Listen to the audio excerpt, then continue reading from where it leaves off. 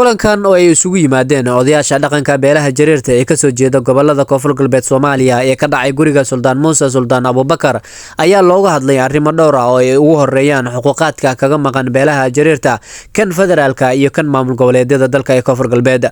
dood dheer kadib odayaasha dhaqanka beelaha Jareerta ee Koonfur Galbeed Soomaaliya dega ayaa isku raacay in ay gudoomiyaha odayaasha dhaqanka beelaha Jareerta ee Koonfur Galbeed Soomaaliya u doortaan Suldaan Muuse Suldaan Abubakar oo ay halkaasi ku duubeen caleemasaarkiisana ay isu madleen sida ugu dhaqsiyaha badan in loo dardargeliyo kadib doorashada gudoomiyaha odayaasha dhaqanka beelaha Jareerta ee deegaanada Koonfur Galbeed Soomaaliya ayaa waxa muuqaal baahiyaha la hadlay suldaanadii kala duwanaa ee halkaasi kaga soo qayb galay shirka iyaga oo si cad u sheegay in ay ka midaysan yihiin doorashadan dhammaan beelaha Jareerta ee deegaanada Koonfur Galbeed Soomaaliya waxa aan hadaladooda ka mid ahaa ugaasiin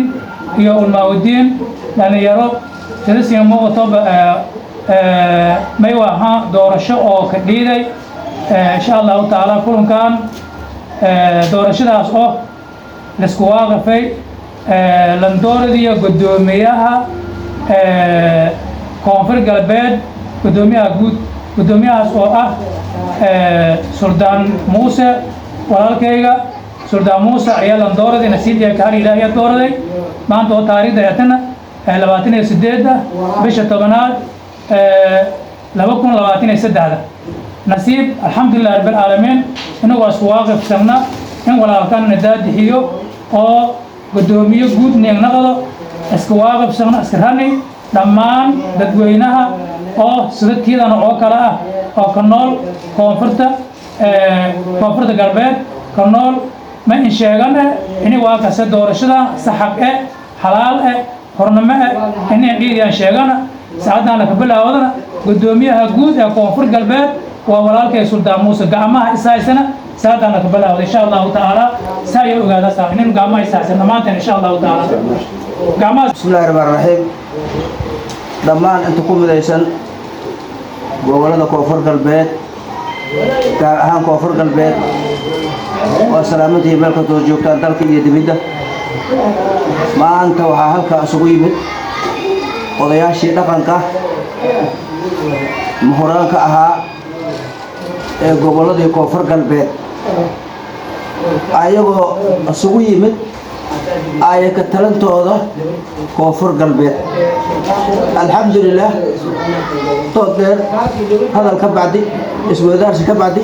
waxay isla garteen oo ay ka talantoodii ka soo baxday inay Suldaan Khaliif Abubakar Abdow Daahir gudoomiyihii Koonfur Galbeed ay u caleema saartaan ayaa ka soo baxday marka saasaad ogaanaysiin waxaan rabnaa dalka iyo dibadda waa la caleema saaray ama wadaha loo dhiibay lama rabo in wada shaqeyn la helo gudoomiyaheena wada shaqeyn la helo lala shaqeeyo alxamdulillah wax alla wixii tale iyo tusaale oo keena la qaato intaasaan soo jeedinaynaa wassalaamu calaykum waraxmatullaahi wabarakaatu waxaan noo hirgelay oo noo dhaqan galay Suldaan Muuse Suldaan Abubakar Abdow Daahir inaan u doornay gobolada ama Koonfur Galbeed inaan u doornay gudoomiyaheena nadaadiyaha ay ka talanteena inuu yahay asiga Suldaan Muuse Suldaan Abubakar Abdow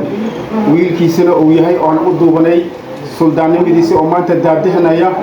Koonfur Galbeed inuu daadixiyo aan u garanay aan u xilsaarnay asiga inaan ka dambayno hawshii aan meeshaan ugu gabagabeynay tan kale dibadda waxaan idin sheegayaa inta dibadda jirta oo Koonfur Galbeed ay tahay haddii danaynayaan suldaankii loo hoos imaan lahaa ama wax loo saxiix lahaa ama dalka ku soo geli lahayna maqanaa ayagoo si wanaag leh ku soo geli lahaayeen waa Suldaan Muuse Suldaan Abubakar Suldaan Abdow Daahir oo dhammaan odayaasha Koonfur Galbeed sideen dhanaay gudoomiyaha Suldaan Muuse gudoomiye guud Koonfur Galbeed ayaan dooranay lixda gobol Koonfur Galbeed dhammaan jaanida way sheegane in suldaanka ala hariirano suldaanka waa qobad shay ogaadano waa kasta dadkii dalkii dibadina jiraan jaanida way sheegane inay ogaadano gudoomiyaha guud Koonfur Galbeed Suldaan Muuse doorani oo Koonfur Galbeed wax kasta dadkii jaanidi jiraan wax kasta way soo arkaan inay sugo la soo hariiraan dalkii oo dibid haqayna inay oo soo siiyo meelkaas jiraan wabillahi tawfiiq maanta meeshaan waxaa isku nimid inaan mataqaanaa aan kulano Suldaan Muuse inaan ku doorano odayaashii ogaasidii suldaamadii kulliyatu jaamac Suldaan Muuse Suldaan Abuukur Khaliif Abuukur Aduub inaan ku doorano waxaan rabaa hay'adda oo banaanka jirto amba dadka mataqaanaa banaanka jira baantuuga ka mid ah inaan mataqaanaa kula soo xiriiraan Suldaan Muuse gudoomiyaha guud weeye إليركي كوفر قلبي دقاي بقي بقول بلدة إليركي كوفر قلبي دقاي إني سلطان موسى بدون دور ذن يعني تسك شيئا دلك ديد دتيو وركسوجة إلهي سندجي سرودان تهين ولا لهيجا كسوفر كلك كسوفر مشان هاي كتشيجا كومبيدا تكت كفر قلبات سدا ودنا هاي من والبو مسك اسكو افترسدا المودين هتس اهلا هاي دخنك هتس اهلا سلطانمدا ملاخيدا وغاسدا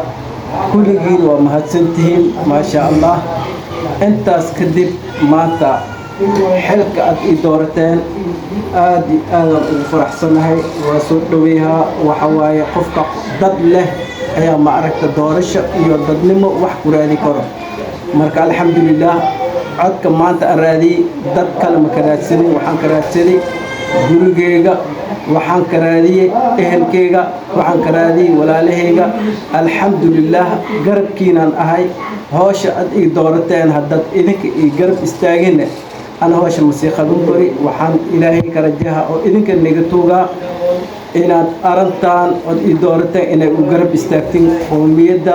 degta koonfur galbeed oo kalarkaa ah maanta qabiil hebel anagu kalsoo qaadan qowmiyaddan jariirta ah oo nasabkood ku tirsato koonfur galbeed ilaahay waxaan ka rajahaa insha allah meel walbo ay ku sugan yihiin qowmiyaddan oo ku aftirsato Soomaali Bantu waxaan ilaahay ka rajahaa inaad ma aragtay aranta anaga aan wadno ina garabna u naqatin hadda idinka ad garabna u naqanina waxa anaga maanta aan qaadnay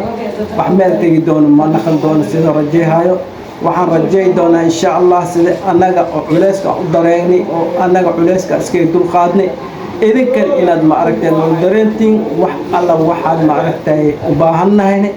ina garabna u naqatin insha Allah warkayne kaamilkiisa dadnimadiisana waxa ogaa doonta insha Allah maalinta caleemasaarka maanta farxadeeda ma la soo koobi karo maanta dadkeega oo wax iga dhigtay ayaa macno ku leeyahay dadkeegana waxay macno ku leeyihiin anaga wax ay naga dhigtaan anagan ayaga wax naga dhigeena macno ku leena marka insha Allah waxaan dal idibid ni sheegi doonaa maalinta caleemasaarkan waan soo wargeli doonaa insha Allah wiigan dhaxdiisna waxaan jecelnahay in caleemasaarka ay sameysano saas la socda wixii war eena marka maalinta oo caleemasaarkaas aan ka hadli doonaa hadda hadal dhan inta ku dhameysan doono farxadeena waxa la soo koobi karo ma assalamu alaykum wa rahmatullahi wa barakatuh